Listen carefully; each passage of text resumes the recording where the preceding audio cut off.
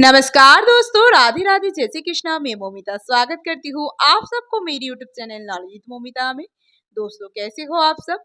उम्मीद करती हूँ आप सभी बहुत ही अच्छे होंगे। दोस्तों, आज सावन का पहला सोमवार है, तो आप सबको मेरी तरफ से सावन सोमवार का हार्दिक शुभकामनाएं। दोस्तों, आज सावन सोमवार के शुभ अवसर पर मैं आप सबके साथ सावन सोमवार की व्रत कथा शेयर करूंगी। तो ये जानने के लिए मेरे साथ वीडियो में अंत तक जरूर बने रहेगा। आशा करती हूँ वीडियो आप सबको बहुत पसंद आएंगे। तो चलिए देर न करते शुरू करते हैं आज का वीडियो। ओम गण गणपते नमः। ओम नमः शिवाय नमः। सावन सोमवार व्रत कथा। एक साहूकार था जो भगवान शिव का अनन्य भक्त था। उसके पास धन धान्य किसी भी चीज की कमी नहीं थी, लेकिन उसको कोई संतान नहीं थी और वह इसी कामना को लेकर रोज शिव जी के मंदिर जाकर दीपक जलाता था। उसके इस भक्ति भाव को देखकर एक दिन माता पार्वती ने शिव जी से कहा कि प्रभु, ये साहूकार आपका अनन्य भक्त है। इसको किसी बात का कष्ट, क्या किस बात का कष्ट है, तो आपको इसे अवश्य दूर करना चाहिए। शिव जी बोले, हे पार्वती, इस साहूकार के पास पुत्र नहीं है, ये इसी से ही दुखी रहता है। माता पार्वती कहती है कि हे ईश्वर, कृपा करके इसे पुत्र का वरदान दे दीजिए। तब भोलेनाथ ने कहा कि हे पार्वती, साहूकार के भाग्य में पुत्र का योग नहीं है। ऐसे में अगर इसे पुत्र प्राप्ति का वरदान मिल भी गया तो केवल 12 वर्ष का ही आयु तक ही जीवित रहेगा। ये सुनने के बाद माता पार्वती ने कहा कि हे प्रभु, आपको इस साहूकार को पुत्र का वर देना ही होगा, अन्यथा भक्त क्यों आपकी सेवा पूजा करेंगे। माता के बार बार कहने से भोलेनाथ ने साहूकार को पुत्र का वरदान दिया, लेकिन ये भी कहा कि वे केवल 12 वर्ष तक ही जीवित रहेगा। साहूकार ये सारी बातें सुन रहा था, इसलिए उसे ना तो खुशी हुई और ना ही दुख।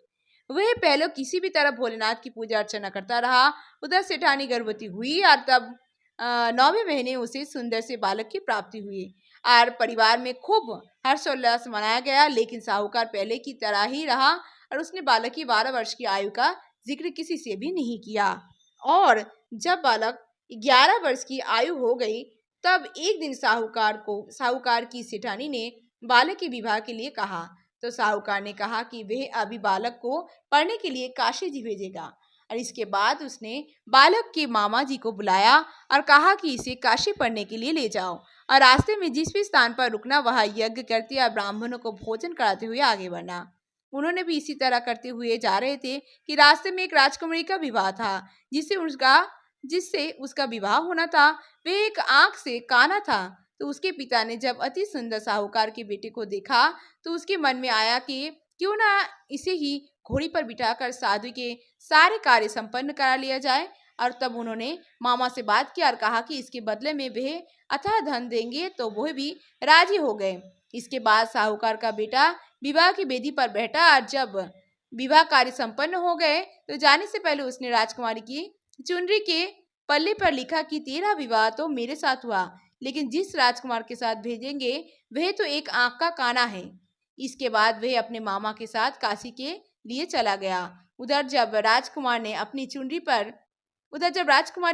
चुनरी पर ये लिखा हुआ पाया तो उसने राजकुमार के साथ जाने से मना कर दिया। तो राजा ने भी अपनी पुत्री का बारात के साथ विदा नहीं किया। बारात वापस लौट गई। उधर मामा और भांजे काशी जी पहुंच गए थे। एक दिन जब मामा ने यज्ञ रचा रखा था और मांझा बहुत देर तक बाहर नहीं आया, तो मामा ने अंदर जाकर देखा तो भांजे के प्राण निकल चुके थे। वे बहुत परेशान हुए, लेकिन सोचा कि अभी रोना पीटना मचाया तो ब्राह्मण चले जाएंगे और यज्ञ का कार्य अधूरा रह जाएगा। और तभी जब यज्ञ संपन्न हुआ तो मामा ने रोना पीटना शुरू किया और उसी समय शिव पार्वती उधर से जा रहे थे। तो माता पार्वती ने शिव जी से पूछा, हे प्रभु, ये कौन रो रहा है? तभी उन्हें पता चलता है कि ये तो भोलेनाथ के आशीर्वाद से जन्मा साहूकार का पुत्र है। तब माता पार्वती कहती है कि हे स्वामी, इसे जीवित कर दे, अन्यथा रोते रोते इसके माता पिता के प्राण निकल जाएंगे।